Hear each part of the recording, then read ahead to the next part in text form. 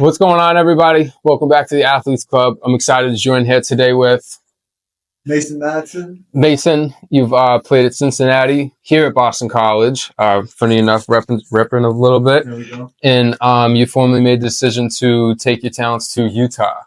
It's like a commitment right here. We're running Utes, man. So BC is obviously the Eagles. What is Utah's? Utah is the Utes. The Utes. So that's the Native American tribe, but they've made them push away from that kind of stuff. Yeah, across like all bird, sports. Yeah, it's like a bird. Okay. We won't get too much into that then. We don't have to solve those problems. This year was kind of a career year for you in college. Your journey has definitely impacted that. We'll get into that, but to kind of highlight this year, you had a career high 25 points and also career high 7 3-pointers against Miami, shot 96% from the line, and a career high 37 from the 3-point line this year. But I kind of want to start off with something that is I find very interesting and that you don't hear a lot, is that you lived in China for a year in the 5th grade. Yes, I think that it's only right that we start with this because I don't think I would be here if it weren't for that. Mm-hmm. And I guess just to kind of get into it, like my parents always talked about just having that experience. So both my parents are teachers. Yep. And I remember the first time it was brought to my attention was when I remember being in 2nd grade, right? That's an early memory for me. But my dad was a Spanish teacher, and so at the time, it was just like a heads up, like, hey guys, like, how would you feel about this in a couple of years? Like maybe going to Mexico or Spain because it would make sense language wise. Ended up a couple of years later, so I guess 3 years from that point. So when I was in 5th grade, yeah, it ended up being China for lots of different reasons. Most notably, though, the fact that they accepted like 1-year teacher contracts where lots of places wanted people for 2 years. And like my parents knew they just wanted that 1-year commitment for a greater perspective, kind of. But yeah, moved there for a year. Honestly, a super foundational experience for me. And one that just kind of, like I said, I wouldn't be here if it weren't for that because I started playing basketball there. And that was like the first time I really took it seriously. And the school that we went to had 24 outdoor basketball courts. And so it was a boarding school called Country Garden. Shout out Country Garden. Shout out Country Garden. Actually, something crazy. A kid that I was playing pickup with in the rec the other day, went to moved here this year. I don't know if you would call it foreign exchange or not, but went to the same school I did. No way. Yeah, same kid from Guangzhou. No way. So first time I ever heard of that. But, that's a full circle. Really, really full circle. So yeah, but ended up 24 outdoor courts. They had kind of a nap period during the middle of the day from 12 to 2. Yeah, and we just weren't used to that. And so my mom's the one that made us get out of the house, and we kind of started. It was just me, my brother, and my sister. We started hooping. My dad's been my coach, and he's been a coach for 20 years, but my coach kind of my whole middle school and high school career. And that's kind of where we started, just grinding that. I can't imagine that coming into 2nd grade, because I can tell you, even to the 5th grade, there was only 3 things on my mind. Once I got to school, I was only thinking about either gym or recess, depending on the day. Once I got to recess, I had to be the first one out to recess, because you get the balls lined up outside, and then I had to be the first one out the door once the bell rang, because I got to go. I'm done. Hey, those are the only things. I wasn't too far from that either. Stand on top of that. Yeah, but like to go to China, it's just crazy, man. How do you even think about or begin to think about that at that age, especially? I think that was and it's crazy now to think about because it feels like that was a whole lifetime ago. For me, definitely. For me, that's 11 years ago now. Jeez. Which is I've said for lots of years after that, I was like, not many kids my age have experienced that. But now it's like I'm 11 years removed. Right? Like it's spent at that age. But I think that it's something, especially from where I'm from, like where I grew up in Wisconsin, Chippewa Falls, and then I went to school in Bloomer. Mm-hmm. In those two places, like people leave once in a while, but it's not like lots of people just stay their whole lives. Yeah. And so for me to have that experience at a young age, like I said, it was super foundational and something that I'm just forever grateful for because I think it shaped my perspective on the world. So, that's cool. Yeah, man. To dive into another soon-to-be exciting thing you're doing for NIL is on May 17th, you'll be the first person to our knowledge, we don't know if there's anyone else to do it yet, to participate in an NIL skydiving deal. And it's only right to just ask, why are you choosing to jump out of a plane? It's funny. earlier this year. So when we started the semester, I had a class, which my girlfriend's also in the same class, and both Mhm. it's been on both of our bucket lists. Like it's something we've talked about. I think a lot of people would say it's, and also a lot of people though would say it's never been on the bucket list. And something they never Why do you want to jump out of a plane? So As someone who wants to be a pilot, the object is to fly it and land it. I think Not have people I jump out. realize I'm an adrenaline junkie for sure. I think that that's something that I value more and more as I've gotten older. I just Yeah. like the thrill of different things. And I think this is one that I've just thought about for a long time. And I think like lots of people never get the opportunity. Yeah. And to be able to get it at this point in my life and to be for the rest of my life, even if I never do it again, I'll always be able to say like, yeah, I went skydiving. And so I'm cool with not saying it's it. pretty crazy. But yeah, I ended up reaching out to this Boston Skydive Center. Shout out. Shout out Boston Sky. Video coming too, so stay tuned for that. Mhm. But yeah, shout out Boston Skydive Center. Reach out to them like right around it was my 1 year with my girlfriend. So Okay. March 15th was the date where I reached out, and they kind of got back to me and they were like, "We'd love to do something." And so they set up like 2 tandem skydive opportunities with photos and videos and stuff. That's cool. So May 17th is the day. So May 17th is the day. May 17th is the day. I won't be there, but I will be supporting you from a distance. Yeah. Is this your first NIL kind of deal? Like, how do you go about doing them? It's NIL is weird, man, because I think still to this day everyone's trying to figure it out. Yeah. The classic kids will sign with an agent, which that helps, and obviously the agent takes a percentage of whatever they get, or sometimes it's just benefits, as far as like this one's not paid, it's just like a benefit in exchange for posts. Yeah. I've done some small stuff on the side. Like I had one of my first ones. I had like this hair. It was when I was growing out my hair. And Okay. now it's finally past the awkward stage, but I got to deal with Slickerilla, this like British-based like hair product company. Yeah. And I had to put together like just a little promo video, and it went well. I liked it. And that was just a small fun one, but yeah, you can do it different ways. There's like third-party apps where you can just kind of market yourself. Yeah. And they'll like kind of serve as an agent too, because they'll take a percentage, right? Whether it's 10 or 15, whatever. Yeah. But then yeah, lots of it too is we were talking before this. Lots of it's just collective based too, like where the school, like you'll go out in the community and you'll do different things around the community in exchange for they'll pay you a certain amount, right? And like that's the thing about NIL is it's opened these doors for athletes to get paid, but also it's opened doors in the community for us to be involved. So it's like I see this in best of both worlds, where it's like yes, it's community service kind of, but you're getting paid also, but I think it's benefiting everybody. Yeah. So that's fair. That's been a good thing. That's really fair. What is your advice on players like kind of marketing themselves or like getting their name out there to have that opportunity?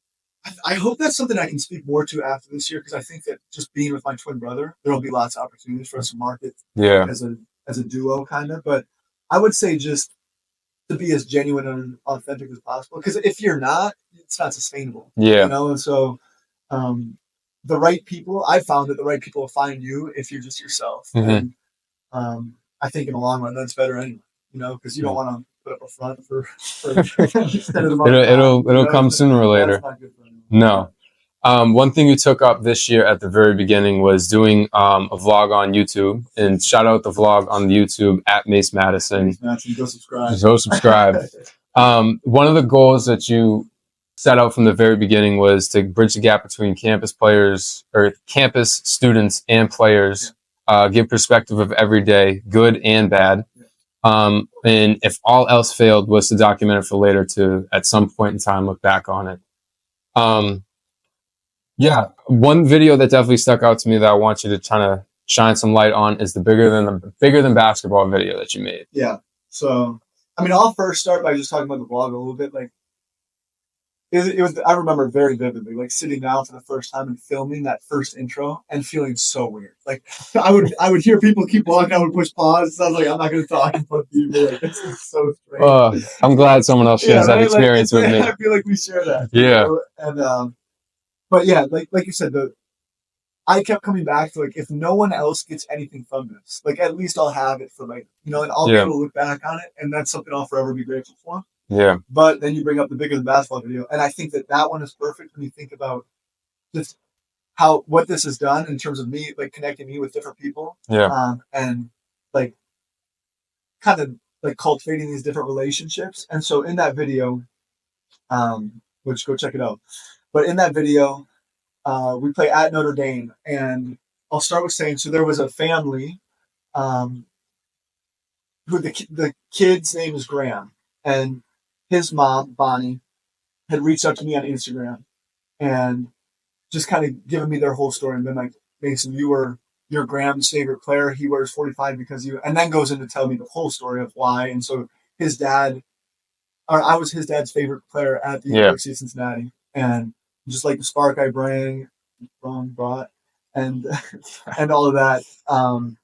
And so his dad passed away shortly after I left, right? And so as to kind of memorialize that, and his dad, like in his dad's like memory, wears 45 because of that, and the memory of like going to games with his dad and watching me. And so that was something really special to me when I first heard that. So I ended up getting a jersey. I was gonna just send it to him, but then we ended up working it out. They came to that game when we played at Notre Dame. It was like a 4-hour drive, and that was the first time we were able to meet. And it was a really powerful moment. That's really cool. Honestly. And then they were able to come to 2 more games after that too. So they came to Louisville, and they got a flight up to Providence and played that. And NIT, yeah. That's cool. So it was really, really cool, man. And so we've been able to develop that relationship. But I think, like, when I just look back, like, I don't know if any of this really come, and maybe part of it, like, she had hit me up on Instagram first, but I think being able to document this and just for them to follow me too through the YouTube has been really powerful. No, definitely. I think that's a really cool story too. And I'm glad that the vlog was able to shine light on that. And like you said, like even for Graham to even look back on it, like, you know, I met one of my favorite players. Absolutely. Like not a lot of people can say that. Exactly. To also bring light, was it easy for you to be honest and transparent about the tough times in the season? I would say it's kind of a loaded question. I would say yes, because that's the only way I know. You know, I'm not gonna get on camera and lie. Yeah. You know? But was it hard to press record? Sometimes, yes. You know, like that's sometimes the last thing you want to do. Yeah. Right? The last thing you want to do is after a bad game, you want to just kind of curl up in your shell and just be there. Yeah. And I got a taste of that. I mean, it's well documented. I got a taste of that early on. Our second game of the year, we played at the Citadel. I had like 3 turnovers in like 8 minutes. I didn't play the rest of the That's game. not a highlight. For those of you that aren't big basketball fans, you don't want to do that. It's not a highlight. But that was the first time where I remember I sat down 8 minutes and I just kind of spoke. And that was like my first taste of being really vulnerable and genuine through it. And like the feedback that I got from that, I couldn't even imagine, you know, because at the time it's like I was thinking about, okay, I need to get this out of the way and move on, and hopefully this one gets no views and then we just move on. But I can say I was genuine. But I had lots of people reach out to me and be like, I'm going to show this to my teams, you know, for the rest of the time I coach, and like, thank you for being so vulnerable. Like, this is an important perspective. And so that was really important for me, because I think early on it gave me just a sense of like, okay, this is worth it, and this is what I need to do. Yeah. No, it was cool seeing the honesty too, because I think there was a couple of times, like we talked about, like it was a couple of times I was watching the vlog videos and like you'd speak on something that like players aren't really supposed to like even mention in a breath, and it's like you kind of like gasp like, oh, he just brought it up. So like no, like I think like people that play and stuff like that definitely appreciate the honesty to even like kind of speak on something that some people aren't in the position to do. Absolutely. So now that the season is over and, you know, you've kind of documented it, what are kind of your final thoughts on the season and like how you kind of transparent went through the season? I think that I think I value it to some extent, because I'm going to do it again next year. You know, I think that's something I'm looking forward to, and just kind of upping the quality of content too. But I think there's 2 sides to it. Like team wise, I'm like I titled the thing "The Journey to the Tourney" at the beginning, because it's like our goal was the NCAA tournament. Yeah. But I'm also not naive to the fact that like there hasn't been a whole lot of postseason experience at BC, and so for us to obviously not reach the NCAAs, but to make the NIT, it's still a step in the right direction. And so I think that we left our legacy, and in some capacity, obviously not maybe the one we wanted, but to be able to look back at that, I'll forever be grateful for that. And then individually, like it wasn't all perfect, you know, but I think that like I'm looking up here, it says career high, and like just thinking back on that day, like that, it was just a culmination of like all those moments, the up and the down, and the goods and the bads that made that like a really special moment for me. And Yeah, then obviously that's not the only one, but I think you don't appreciate the good moments without the bad, and so definitely. to have those and to be able to kind of document through them all, I think Hmm. was a beautiful thing. So No, that's honest opinion, and yeah, definitely you definitely can't appreciate the good without the bad. absolutely. As you made this decision, it wasn't your first time going to the transfer portal and Yeah, changing schools. When in these moments did you kind of make the decision of like, I'm going to go into the portal? yeah. So this is something I actually would love to talk about because I think I had this stigma going into college. Like I didn't think I was going to transfer. You know, like Yeah. when I committed to Cincinnati with my brother, we thought like this is where we're going to be for the next 4 years. After our freshman year, our coach got fired. Like Hmm. everything around me changed. Scenery, like everything I'm looking at changes, right? Yep. And my brother leaves, and I want to stick it out and all this stuff. So I will just say that like I think I've completely broken down and eliminated that stigma of like it's wrong to transfer because I don't think it is. I think that at the end of the day, and I know we're touching on this later, like this is a business at the end of the day, and there's Right. like lots of different reasons people do what they do. I think for me, both times that I've transferred have been like in my eyes for the right reason. I think like when I was Hmm. in Cincinnati, I saw it through my sophomore year, Yeah. like through a coaching change, and I wanted to play in front of the fans because my first year was COVID, and I just ultimately decided like this isn't the coach that recruited me. This isn't the perfect fit, you know. And so I found my way here. And I think I told you this before we started. I needed this like my 2 years here more than I could have ever even imagined when I committed here, Right. you know. And for lots of different reasons, which we'll get into. But yeah, I think these 2 years, and for me to be able to call myself like a BC alum, that's really powerful to me. And for me to have roots here, and my girlfriend will still be here, you know, like Yeah. I'll always consider this place home to some extent, you know, and I think that's beautiful. Yeah. But when I made the decision to go in the portal this year, it was just for family reasons, you know, and like, do I think that it's a great fit basketball wise? Yes, like I think that I'll fit really well there, and I've watched my brother play there for the last 3 years, and I just kind of know. I think that's what'll make it as seamless as possible, like as probably as seamless as any transfer that's moving somewhere That's in the going to country. happen. Yeah, Yeah. you know, but for me, it's just family's always been intertwined with basketball from the time I started playing. Like as far as my dad being my coach and like always playing with my twin brother, but now to finally get that in my last year of college, I think that's really full circle for me. That is definitely So full yeah, circle. I guess this question would kind of be more for when you went from Cincinnati to BC because going to Utah now is a yeah, family decision. But what did you look for in a program that made you want to commit, or what did you look for in BC when you committed? yeah. I think that ultimately I just wanted opportunity, and I didn't know if I was going to get that at Cincinnati, you know, and um, like definitely the level that this is at and playing in the ACC, that's definitely intriguing to anyone who's a Hmm. competitor, you know, and so it just kind of all felt right at the time. And like I said, like I made this decision, but I didn't even know how much I needed to be here, you Yeah. know, and um, I also have already said like it wasn't perfect and nothing ever is, you Yeah. know, but I think there are so many things that I appreciate through the struggle and things that I'll take forever. But ultimately, yeah, it was, I mean, style of play and like just seeing an opportunity for myself to kind of fit in. And I know Yeah. like Brevin was leaving when I was coming in. I was like, I could see myself in that role. And still, too, like I remember Coach Grant when we sat down for the first time, he told me like I see your individual trajectory as the same as kind of our team, and like this next year, I see you taking a step, and I see us taking a step too as a team. But I feel like your senior year, it's like this past year, is like when you'll really break through. And he's like, that's kind of what I envisioned for us as a breakthrough that year. And so, like, we didn't know in what capacity that meant for any of us or for the team, you know, Yeah. but now you look back at it, and it's like, okay, I had my best year of college basketball, and we Yeah. made the postseason. So in a sense, he was He right. was right. Yeah. Did you get a chance to talk to any players on the teams coming into BC? Like, obviously, your brother's on Utah, so I'm sure Yeah. you've talked to them, like, you know, just through talking to your brother. Yeah.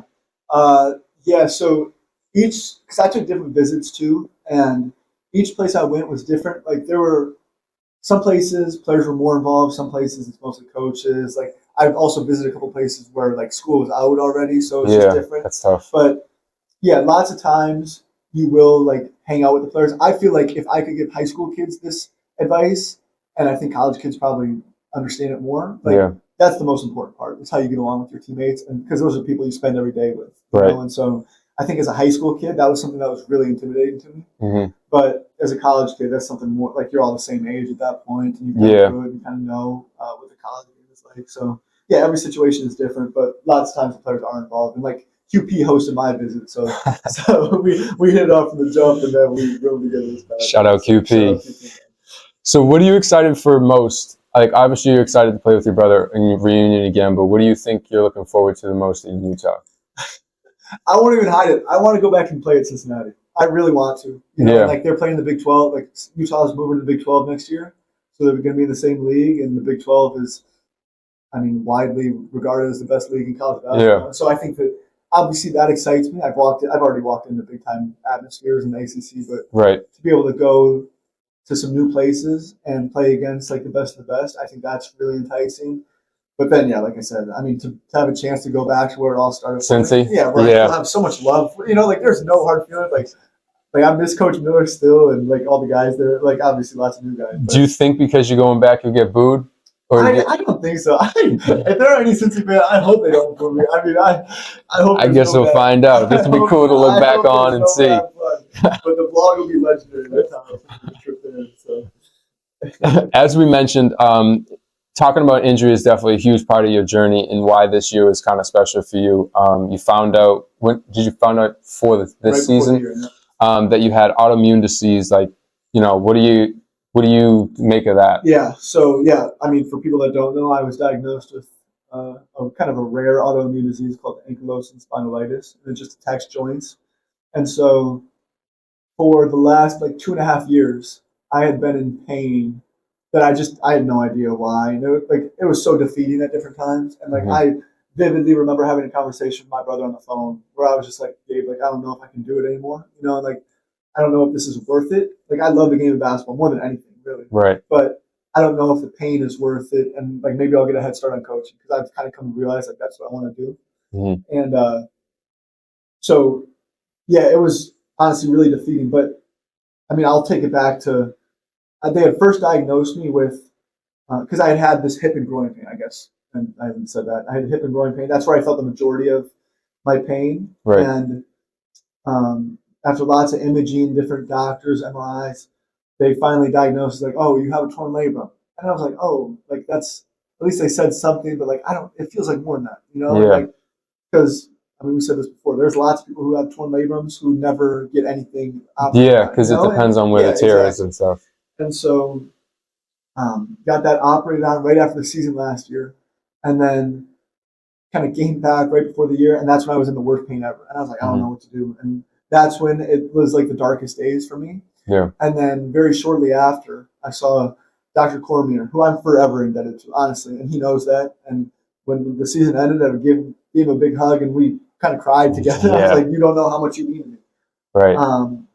But he ended up having seen this autoimmune disease like a few years prior, just like once or twice. It's been like we said, it's rare. Mm-hmm. But he had seen kind of, I think, a hockey player and a football player with it, and told me like, hey, you should get tested like as soon as possible just to see. And so yeah, I mean, long story short, it came back positive, and so I guess the negative is like it's lifelong, but the positive is I can medicate, and like it's almost like a miracle. I started medicating, and within a week or two, I was like fully healthy. Feel free. And it's so free, man. Like honestly, I felt that's amazing. Free.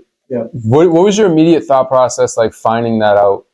Because I mean, yes, hooray, we found something, but there's still something to handle. Yeah, I think it's funny because I remember our trainer Nick walking over to me after practice and kind of having like this concerned look on his face. Like it was like the look you get when you're in trouble, kind of. And I was like, what did I do? And he was walking at me, and I was like, is everything good? He's like, yeah, the results came back. And he's like, I have good news and bad news. And I was like, okay, those are the worst ways to start conversations. I was like, okay, what's the good news? And he's like, okay, you tested positive. The bad news is it's lifelong. Or he's like, good news, you test positive and you can medicate. Bad news, it's lifelong. And I was like, you can keep the bad news. Like the good news to me is like I was going to be Finding in this something. pain regardless. Yeah. You know, like at least for me now, I know what it is. Yeah. You know, because like you said, like how did I feel about it? Because yeah, it's lifelong. Like I would rather know why I'm in pain. Yeah. You know, and so now I know I'm not crazy. You know. When did your injury? I guess beforehand, because now that you know it, it's kind of medicated. But when did your injury kind of resonate with you, where like it's like damn, like this is sticking around, or like I think that so. I think early on, my sophomore year at Cincy was the first. I remember I made my first start. We played Monmouth, like 6 games in, and we ended up losing that game. Actually, I started, didn't play great, and kind of that's. I remember I had like my first college dunk was that game, and I went up, and I remember feeling for the first time like in my left hip, it was great, and like I play a few more games. I end up sitting out like 3 games right before Christmas, right, and I was just kind of sitting around, obviously still getting some work in, staying in shape. But then my thought process was like, okay, I'll sit some time here. I'll heal over Christmas. I'll come back. Yeah. So I came back, and it was like within 2 days, I was kind of back to normal. And so I think it was just kind of that realization that like no matter how much time I take off, I'm gonna come back and I'm gonna still be in pain. That's when I knew like, okay, this is something more serious than just like a wear and tear or right? something. You know? Yeah, So, like a little. and it, I mean, when I tell you, I had so many different diagnoses. Like no doctor could tell me what it was, and no trainer could tell. So it's like it was like, oh, you just have adductor tightness, like just roll your adductor, or like, oh, your glutes, like you need to activate your glutes, Oh, or like boy. pelvic floor, you know. And I was like so I got told a million different things, you know, and then it took 2.5 years to finally get the correct diagnosis. That's crazy. That's a crazy journey. Crazy, man.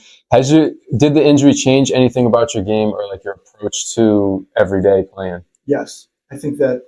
Well, when I think back to when I was injured, like the way I had to change my game. I don't know if this is what the question's getting at, but the way I changed my like I couldn't jump off one at all. Yeah, so it's like, no, that's definitely part of so it. it's like I had to kind of change that. I lost my explosiveness. I actually just dunked off one for the first time since surgery, and so that was like a big thing. Okay, we're making steps. I was like this next year because they told me that they're like you'll be able to play in 9 to 12 months, or like you'll be able to play after 6 months, but it'll take 9 to 12 to feel like yourself again. Yeah. And so I just crossed like the 12-month threshold, and that's finally when I was like, yeah, honestly, like every day I feel really good. And so that was probably the biggest change for me is just having to modify my game, not feeling as explosive, not feeling like I was able to sit and guard as well as I had been, you know, and like all these, and constantly feeling like judged for it too a little bit, even though like I know there's something wrong with me. Yeah. Like that's why the diagnosis was just more peace of mind for me. No. Yeah. Peace of mind is definitely huge because the game can be hard enough as is. Right. Speaking of the game being hard, can you point to a time that you've struggled with mental health? I mean, there have been, lots of times. I think that the most notable for me was last year, kind of when I was like the height of the injury stuff, as well as like I shot 30% from three. Yeah. And that was honestly after I got it. Like I was shooting like 25 through most of the year, and I shot better down the stretch. But like for someone who prides himself, in like as a shooter, that was like hard for me to deal with. And so I remember like that's when I first got in touch with like a sports psychologist. We started talking, and she's been really good for me. Wow. And just giving me different ways to kind of like approach like my mental health and the game and how those two things intertwine. And starting a journal too. And I think that like I feel like that's the one that's like probably the most common for people is like I'm gonna just journal. Like it's probably the most talked about. And the least stigmatized. But I do feel like I always saw journaling as like a chore kind of, you know, where it's like, oh, now I have to journal because I know it'll help. When I got myself to a place where I was like, okay, I'm gonna just journal when I feel like I need to. I think that's when it kind of freed me up, and I was able to really get something out of it. Okay. So I think that was the biggest for me. So what do you think is the hardest component part? Was it like after the game, like judging your performance, or like, you know, maybe performance anxiety in terms of like you're saying you're shooting 25%. It's like, oh, yeah, there was another game where I'm not shooting up to my standards. Yeah, I think that would probably be the biggest thing. And then like someone else who's been really good for me is Mitchell Kirsch is a trainer that I worked with this past year, and like we have a friendship relationship now, and he's playing overseas, but he's really into like the psychological side of the game, and like has just really helped me in my approach. And like we were talking about how my training has changed. Like that's when I shot 30% last year, I was like, okay, I need to change something. Yeah. Like I was Something's like gotta change. I've worked really hard on I was putting the most reps I've ever put in my life last year, and I shot the worst I'd ever shot. So I was like, I don't know if those two things necessarily correlate all the time. Like obviously the brain's a really important part of that. And so like this past off season, I was able to kind of just change my training regimen, free myself up mentally, which I think has been the biggest part for me, and kind of just like ease that performance anxiety. Because there is like when you want something so bad, I think that you can kind of tense up. And I remember my senior year in high school, my mom gave me this quote, and she said, like, you want to squeeze something, but don't squeeze it so hard that it breaks. Yes. And for me, that's like, I think that's how I've looked at basketball, and that's how my approach has changed. Yeah. And so, yeah, just I also do think like the vlog for me has been a good outlet, and it's been good for me to reflect and unpack each and every game. Mm-hmm. And I think it's been good for my mental health. And like you said, it was hard, obviously at times, but I think it's been rewarding too. And so for me to just be able to unpack everything, yeah, it can be a blessing and a curse wanting it too bad. It can definitely be a blessing and a curse. Absolutely. Being a D1 athlete, before the season, you guys got a chance to go in Italy. And how long was the Italy trip? So Italy and Spain, 10 days total. 10 days. Talk to me about that experience for the team. I would love to. oh boy. Let me get comfortable. I think that like, it's funny because I told you I just uploaded like my latest video today. Yep. And I was scrolling back through my videos kind of, and I went back and I watched one of them. And because it was like, that's when I started the vlogging journey, was that trip. And I was so glad I did because it feels almost surreal to an extent that we were, like, it's crazy the places basketball can take you. Yes. And it's like, there's no reason basketball should have ever brought me to Florence and Rome and Barcelona, you know, like all these like cool, tourist places, right? All these cool places that I dreamed of going, but I didn't know when I was going to get there. And to get there with your team, like as like a team bonding activity and everything's paid for. Oh it's boy, like you're living a fantasy world, you know. And so we went wine tasting one of the days too as a team, and that vlog is my favorite one still to this day. But it's like I can't upload it. Like it spent like 15 minutes on YouTube, and then I got a call like you got to take it down. This is like my like I was not as good at editing too, so it was a little more unfiltered. Okay, yeah.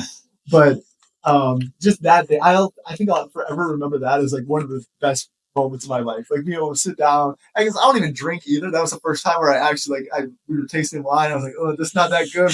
But by the end of the time, you had like 10 of the taster glass in front of me. It's like we're getting to it. And so I mean, like yes, we went there because of basketball, but it was for everything other than basketball. You know, and we played 3 games, but it was not about the basketball playing. You know? And I think that. Yeah, it's just stuff that this team will forever be bonded even further because of that experience. We'll all probably call each other someday about that. And any class reunion, we're probably going to talk about those. Maybe do another wine testing down the road. I would love nothing more. You had a very special moment in the ACC tournament. For a moment, was the buzzer beater. I want to kind of talk about how it goes from something that kids dream of in the driveway, you know, the 3, 2, 1.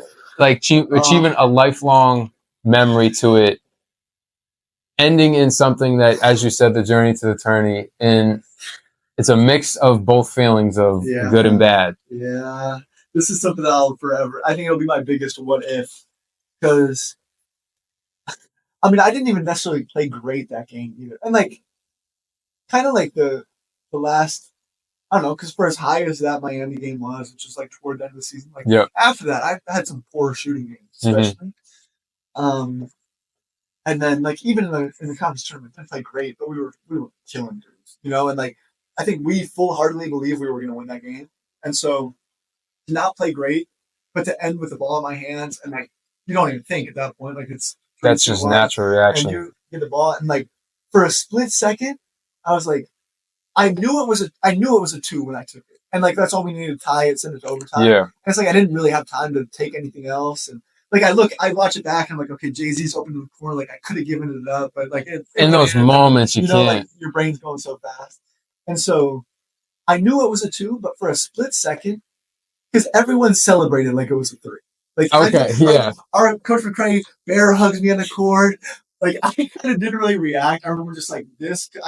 The only reason I really remember anything is because I watched the video back. But like I remember like it looked like I had like the Dame celebration where like Dame got the mob and he was like looking at the camera, like No no emotion. emotion. And so like for a split second, I was like, oh, maybe I just won that. Like I was like, I'm gonna be in every March Madness compilation Ever. you know, yeah. Yep. And yeah, I mean, it was one of those. It was a KD situation where his foot was on the line, and if I mean, it was I don't know, maybe a foot, like if that was a foot back, where I'm living out Michael O'Connell's dream, so he's living out. So yeah, I mean, I said because the very next day, NC State beat Virginia that same way, and they went on that Final Four run. So you do the like, what if in an alternate universe, I'm living that life. So, it's not really, as we kind of mentioned, the life of a shooter. What are some of the mental battles of being a shooter? oh my gosh. Where to start with this? Yes, I think. I mean, we talked about like. I know that I'm good at so many other things. Yeah. Like I know that I am. But I've also owned the role because I don't think there are many people that are as good at what I do shooting wise as me. You know, and I think that's a really valued skill in today's day and age, especially. But I mean, we were talking about before, like the difference between going 1 for 3 and 2 for 4, or even 1 for 2 and 1 for 3. Right? Like huge differences because that extra shot. I mean, you go to bed, you feel great. Okay, I'll give you a real life example. I remember when we played at NC State, we lost by 11 or something. Yeah. But I took a shot as time was kind of winding down. It was meaningless. Garbage time. And I took a shot and I hit it and I ended up 4 for 7 from 3. I had 21 points or something, right? And I was like, I feel great. But if I miss that shot, I have 18 and I'm 3 for 7. I feel a little different, you know? And it's crazy how one shot can make you feel so different. So I think for me, it's been a constant journey in trying to detach myself from percentages and numbers because it's such an unhealthy way to live. Yeah. You know? And it's like, outside of basketball, I don't attach my value to any of that, you know? And so it's like, this kind of, Coach Grant helped me with it last year and he had told me like every shot's 50-50 pretty much, you know, like you don't really, it's like flipping a coin. It goes in or it doesn't. Like when you're at my level, shooting a game like shot, it's about 50% chance of going in. Yeah. But like, yes, like you can miss 5 in a row, but then you could also make 5 in a row. So I think that's just the inconsistency is the hardest thing of being a shooter and not having it every single day. And that's something that's hard where as a shooter, like, when you miss, the number one thing you're always told, keep shooting. It's like, but I don't feel good shooting right now. Like I can get a layup or get a free throw. Like I can do other things where it's tough where you're so good at one thing where it's like, just keep doing that one thing. And that's where I'll envy big guys forever. Cause it's like every single day a big guy rolls on the court and they're like a paint presence. They're going to block shots. They're going to have the right hand hook at the same level that they usually have it. Yeah. And they're going to be able to dunk, you know, and stuff like that. Or like even point guards, like you're going to pass at the same level. Yeah. But shooting is just one of those things. It's a game of inches, you know, and like if you're a little off or something is just, you know, it doesn't look good. It doesn't look good. It doesn't look good at all. The ball doesn't go in. And then, you're very heavily screwed. There's very little room for error. Like a big guy, like you're saying, it's close. So you can, it's gonna roll around or something. Like if ours is like 2 inches short, it's going doink, and you're like, oh, that's not a good shot. But how do you adjust your touch to replicate game time scenarios with fatigue or time and score? That's been I think when I get back to what Mitch has done for me. Shout out Hooper Mitch on Instagram. Lots of shout outs today. Lots of shout outs, but that's what we're here for. That's what we're here for. Shameless plugs. Yeah.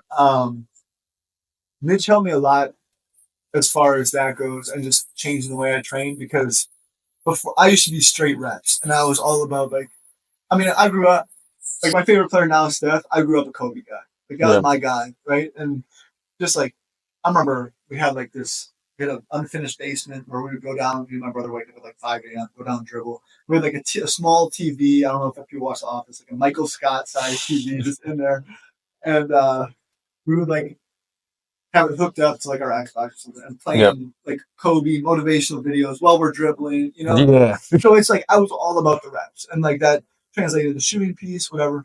And I don't think without the foundation that I had as far as reps go, I can for sure say I wouldn't be here today. Mm-hmm. But I also believe that like this game is all about adapting. And when I can find a better and a more efficient way to do something that'll serve me better on the court as far as performing, then I'm gonna do that. And I think that's where I've taken the step is like training wise and getting probably less reps, but way more game like reps. Where every single rep I shoot is super purposeful and super Yeah. meaningful, and where I'm sprinting off full speed and everything's read react. And I think that's the way to do it. And Yeah. I've had people in my life that have helped shape that perspective outside of Mitch.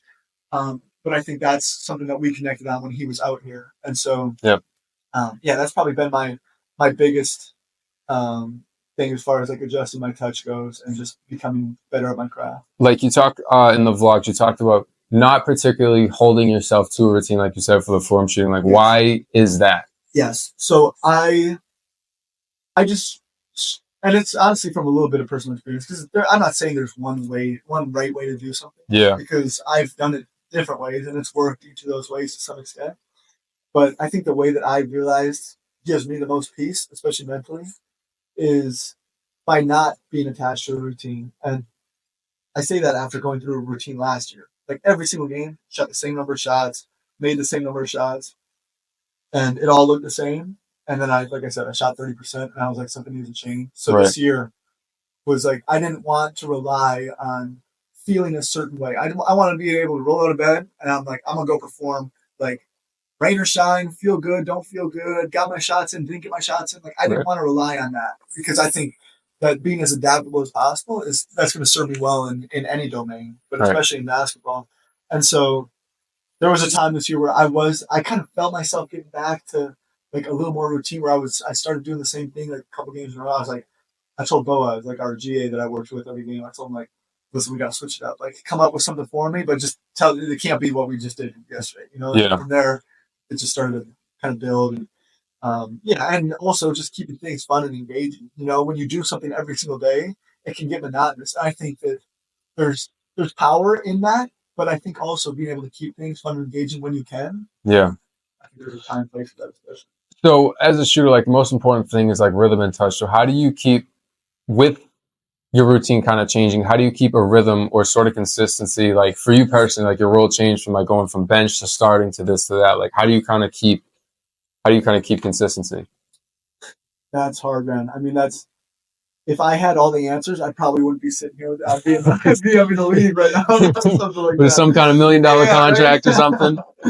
But I don't know. I think it's a constant battle because I'm a strong believer that like opportunity is everything. You Yeah. know, and like I felt like all I needed this year was a chance, and like for a lot of the year, I didn't really get the chance to the degree that I like felt like I deserved it or needed it. Mm-hmm.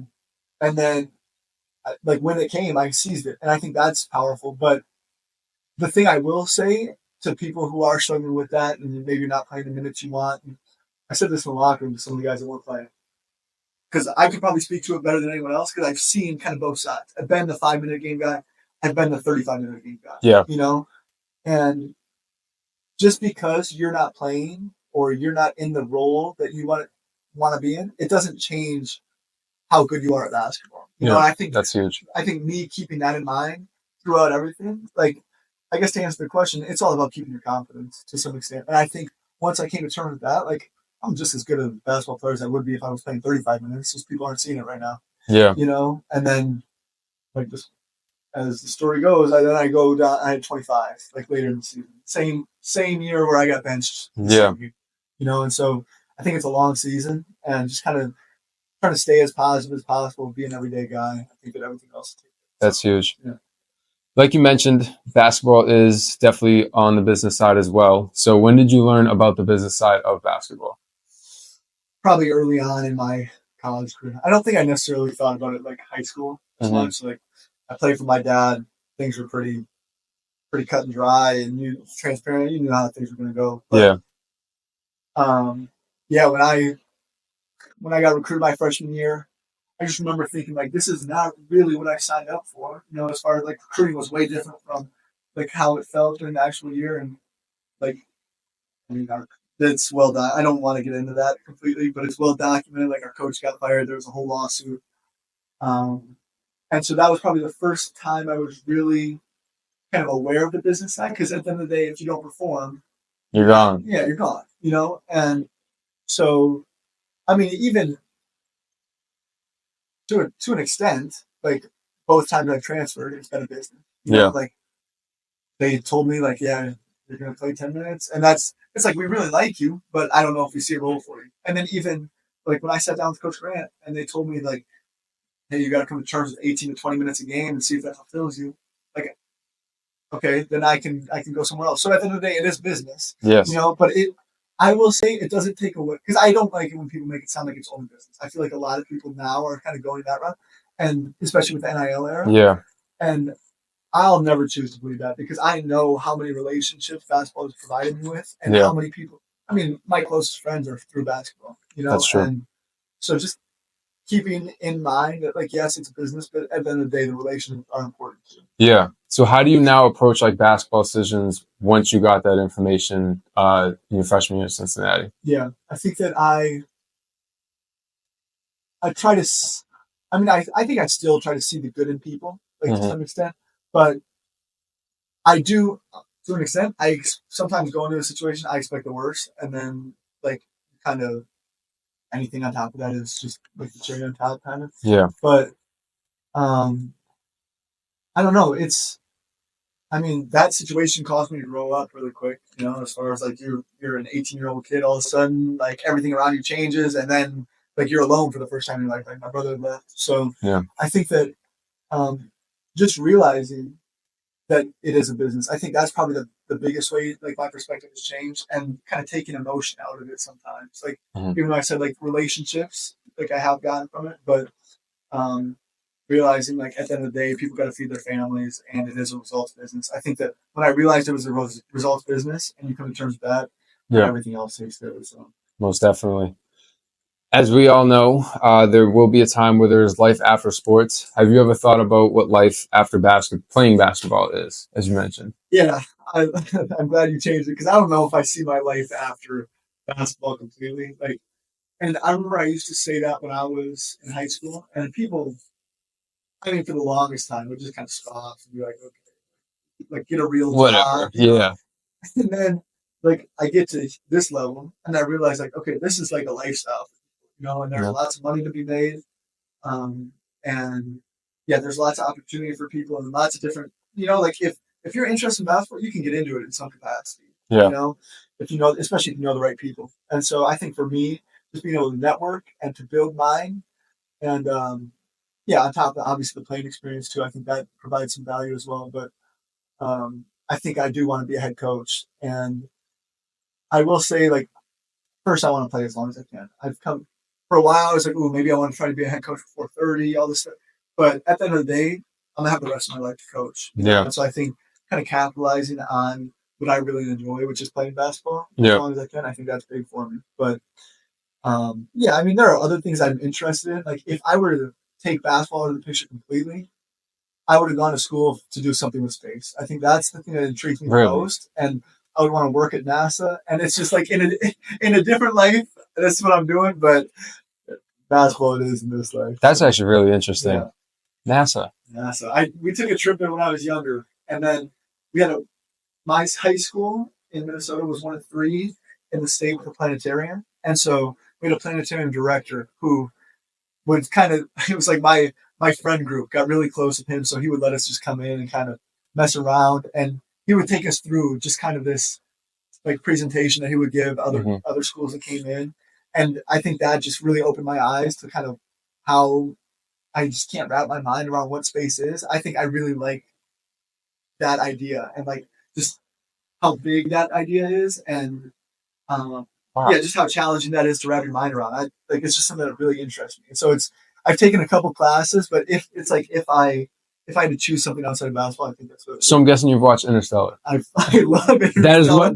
Shout out Jan. Shout out Jan because he definitely told me to watch it. But once I watched it, and if you've seen the ending, you know, oh my gosh, my mind exploded. Yeah, you can't wrap your mind around it. No. I love that kind of stuff. Yes. And, like the fact that space. I mean, you guys can skip over this part if you want. The fact that space is just constantly expanding and like it'll never end. I can't wrap my mind. No one can. What is infinity? Yes. Like that's just something that I really would want to grapple with. And I don't even know what position, like what job does that exactly. Like obviously there's different I don't know. jobs in the space domain. Yes, I don't. But Yeah, maybe someday post basketball I can get into it. Like people that know me know I love Batman and all the movies. For Interstellar to compete with Batman and the way that it does says a lot. Hans Zimmer. It says a Maybe lot. that says more. The director there.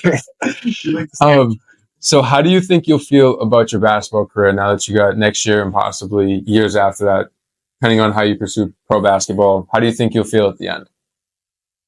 That's a really good question. That's a nice one. Yeah, thank you. Thank you. Thought of yourself. I think that I think this year will do a lot for me in terms of giving me peace because I would have never been able to. Obviously I would have had to, but I don't know how I would have been able to live with myself knowing like, okay, my best year of basketball was my freshman year, and then I just never got healthy. That would have been the biggest what if for me. And so I think whatever happens now, like I said this to my brother when I made the decision to go there, I was like, and I don't anticipate this happening at all. But I said we could lose every single game next year, and I would still find playing with you to be the closure and the fulfillment that I need to end my basketball career. Like a full circle. Exactly. Because like when I think back to the last time we played together, it was our senior year of high school, and we didn't know that it was our last. Like we won, we beat our crosstown rival, we were gonna have a chance at Penn State, and then COVID canceled it, right? And so that was the last game we played. We thought we were gonna get our whole college career, and we never played a single game again. Jeez. And so for this to happen, and for me to have the year I had this year, and to kind of take a step forward, and for me to, I feel like I'm just going to take a leap. Like I told you, my best basketball is in front of me. There's no doubt about it. And now that I feel fully healthy, I feel even more strongly about that. But I think that I'll be able to be at peace with whatever happens. Yeah. So are you the Twins that are the competitive type? Like, are you looking forward to competing against them every day, or is it the team? Is it actually the teaming up part? I think the teaming up part. Yeah, I think for years it was competitive. Yeah, and, naturally. Yeah, naturally, and still to some degree it is. Like it's great to have someone who's just as good as you. Most definitely. Something, but I think for us now, and maybe it was all part of what was supposed to happen, like us going our separate ways, because I think we appreciate each other even more now. And that time apart, it's like the whole thing, like absence makes the heart grow fonder. I feel that to be true even in family relationships. So we've kind of touched on it a little bit. Who is Mason Madsen outside of basketball? And vlogger. Honestly, that's why I like the vlogs. I feel like what you see is what you get with them. Like I'm not putting on a front at all, and I feel like in one of my vlogs, I was like, I'm the most normal person that there is. Honestly, to ever walk. Like I'm really normal. I just go outside. I like being in nature. I like the balance that being in Boston provides me, and I like being able to go a little north to Maine. I like going into the city. I especially like the community of Boston College and I especially like when I was at Cincinnati, I was fully ingrained. So I feel like that's something that is constant for me wherever I go, is just kind of ingraining myself in the community because I like that feeling. I like being I just realized this about myself. I really like being a fan of, so like for my brother, like I was a big Utah fan for the past 3 years. Yeah. I like being invested in something that isn't like exactly, like I'm a big Twins fan. So I'm just saying, like I enjoyed football games, all of those. Yeah. And so I also play piano. And so that's something that I actually was going to start vlogging because I feel like it'd be interesting and just kind of like my journey piano. Because I used to take lessons when I was little, and then I just got back into it. And I got the Simply Piano app for a year. I got a good discount on it in case anyone wants to. Okay, invest in that. Yeah, in case anyone's interested. But that's something that I've really kind of gone full into, and so I'm really enjoying that. And yeah, man, I don't know. I hang out. I'm very much a vibes kind of guy. I like having a good time. Like we talk, I golf. So I like being golf outside. talk is I cool. Like good weather. Yeah, man. The piano really stole because the next question was, did you have any hidden talents? Yeah, that kind of stole the answer. Oh no, that'd be one. Yeah, that's a good one.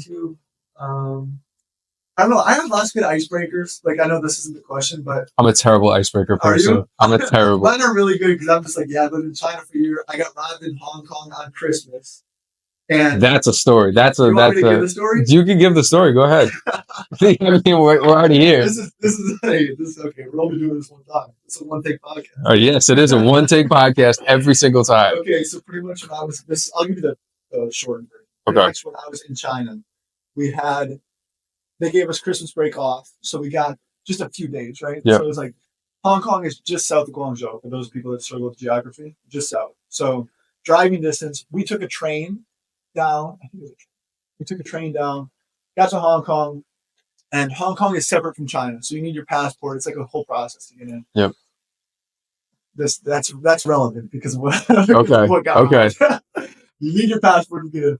Anyway, the 23rd of December is the day my parents had got us Disneyland tickets. There's a Disneyland in Hong Kong.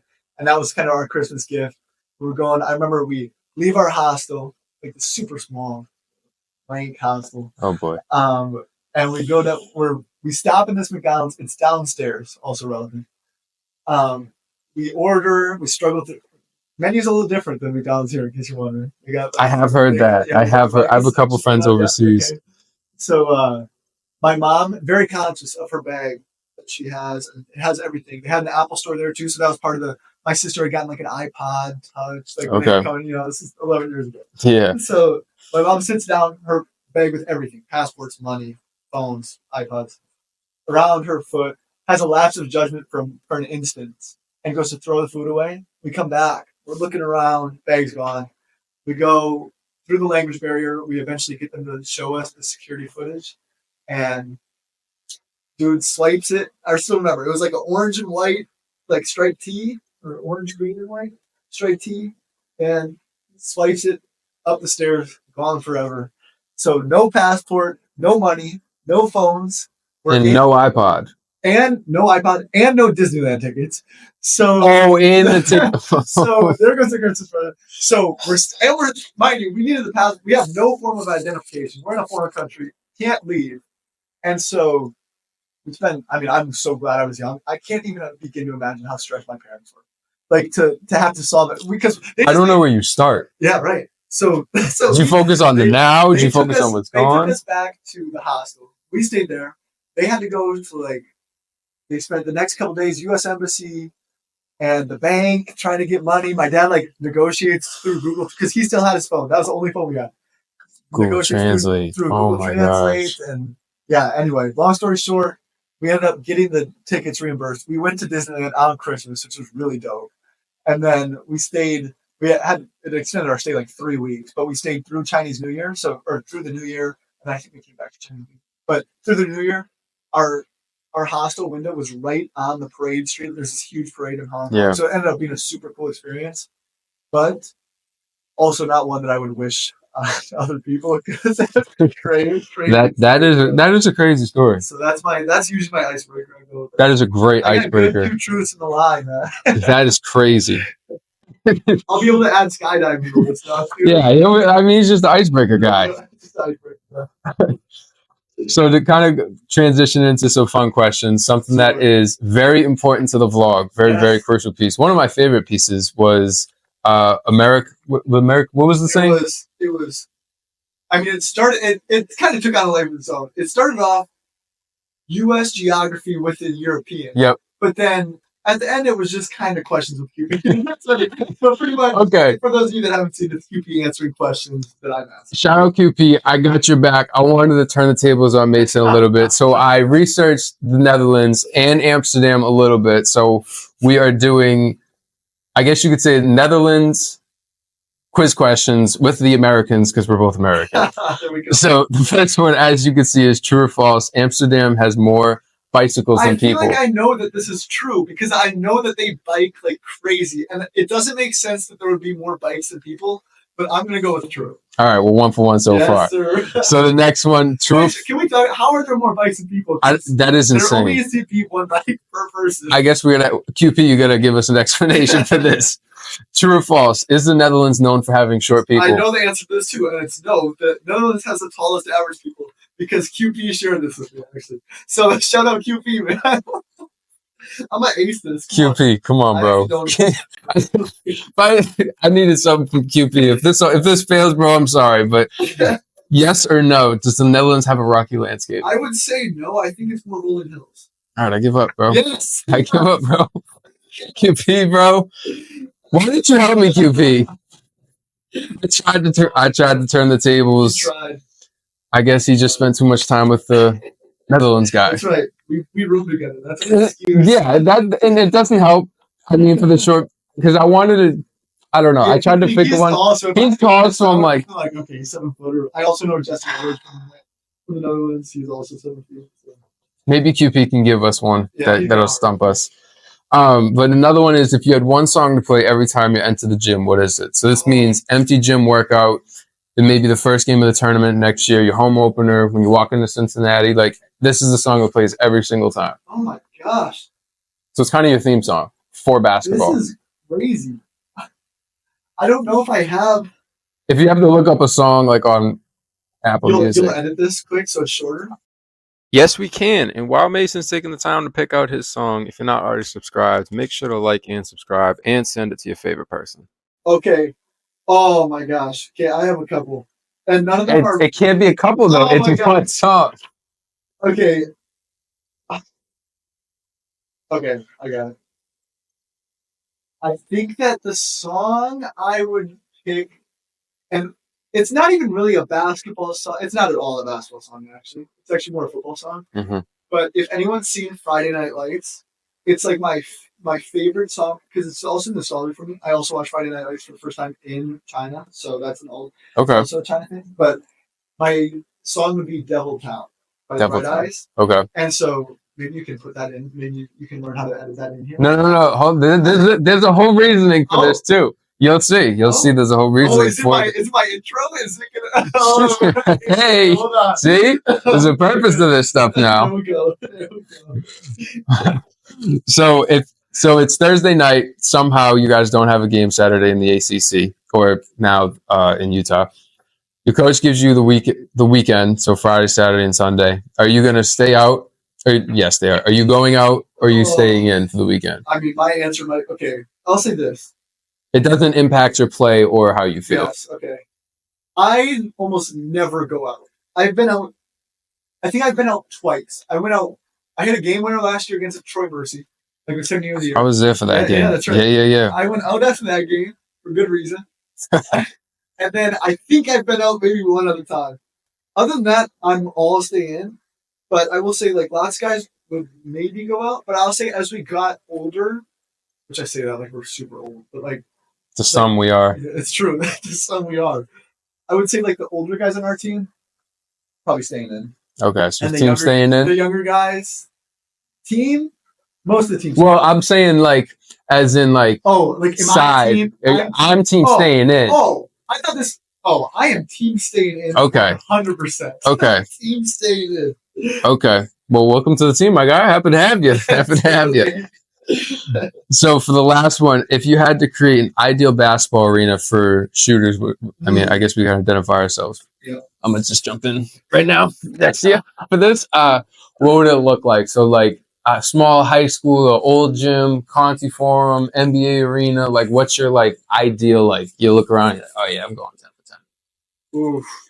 I think this is a thing because I don't even necessarily know if I believe in it because I have shot well in different arenas, but lots of shooters will swear by the fact that the backdrop makes a difference.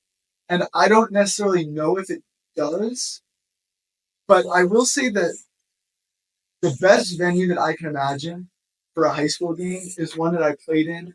We had in Rochester, where I'm from, there's a civic center, and there was like a big arena, and then there was like a smaller auditorium. And in the auditorium, it was like bleacher seating in the bottom, and then like auditorium seating up top. And the backdrop wasn't crazy or anything, so it was like modest.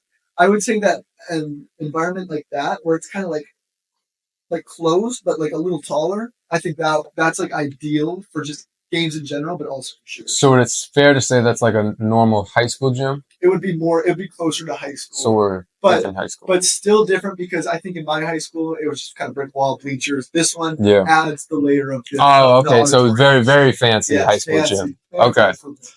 Well, with that is my last question. I really appreciate you doing the interview. Appreciate you, man. This has been great. Yeah, it's been a lot of fun today. This is the last shameless plug. Go follow the vlog. Very shameless. Go ahead. Go follow at Mason Madsen. Do you have a message or something to take us out of here? See, this is what I struggle with in my own vlogs. I know we talked about this too.